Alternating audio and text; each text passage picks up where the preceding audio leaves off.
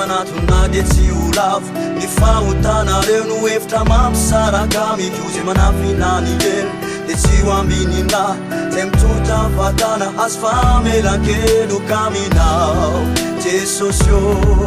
aminao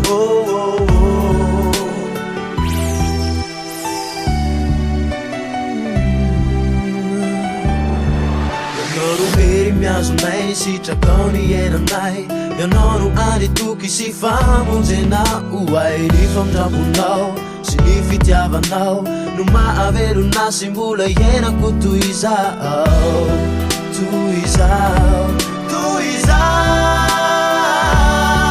ankehitriny ao amin'izao ao ianao no fiainako ianao tikotoko ankehitriny ao amin'izao ao ianao no fiainako ianao tikotoko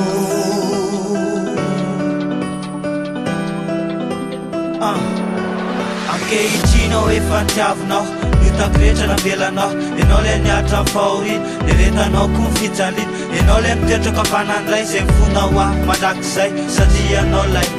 mpamonjy anay ianao no mery miazonay ny sitrakao ny iainanay ianao no anitoky sy famonjenao ay ny famindramponao sy ny fitiavanao no mahavelona sy mbola iainako toy izao ankehitriny ao amin'izao ao ianao no fiainako ianao tikotoko ankehitriny ao amin'izao ao ianao no fiainako ianao tikotoko ankehitriny ao amin'izao ao ianao no fiainako ianao tikotoko ankehitriny ao amin'izao ao ianao no fiainako ianao tikotoko ankehitriny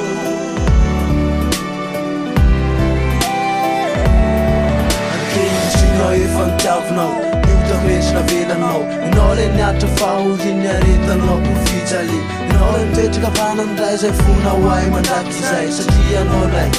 mpamonjy anay ankehitriny ao amin'izao ao ianao no fiainako ianao tikotoko ankehitriny ao amin'izao ao ianao no fiainako ianao tikotoko ankehitriny ao amin'izao ao ianao no fiainako ianao tikotoko ankehitriny ao amin'izao ao ianao no fiainako ianao tikotoko